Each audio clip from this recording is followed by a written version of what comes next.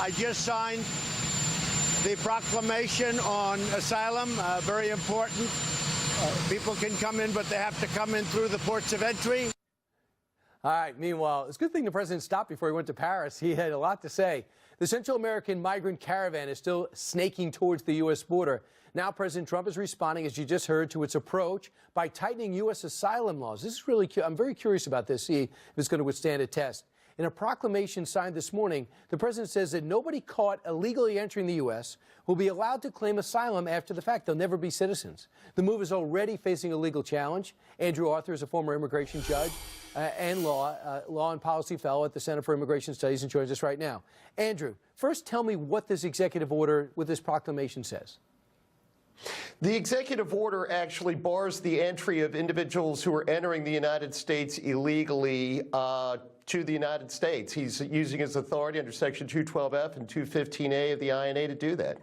So he's saying if you try to sneak in and you go and you claim asylum, you're not going to, if you don't go to the port of entry, you are never going to be a citizen. So you better go to the port of entry and you better go in the right way. And then we'll hear what you have to say and see if it adds up to the level that we accept you for asylum, right? That's correct. And what the president is attempting to do is to channel everybody who has what's called a credible fear claim through those ports of entry so that they can enter in a orderly and legal fashion rather than sneaking across the border where we have to use our Border Patrol agents to go out and find them. That it puts huge stress on the 16,000 Border Patrol agents who patrol the 1,900 miles of the border every day. And it makes the system break down. And so quite frankly, this is the best possible solution that we could have, to have those people go through the port of entry. That'll also give those people encouragement to apply in a third country, Mexico, which is an asylum granting country as well. Yeah, I read that in the last fiscal year, 140,000 Central and South Americans have come to this country illegally.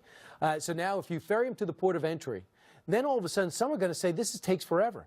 The process is going to be so long that the word's going to get out that it's not easy to get into this country anymore, and it'll have a positive ripple effect.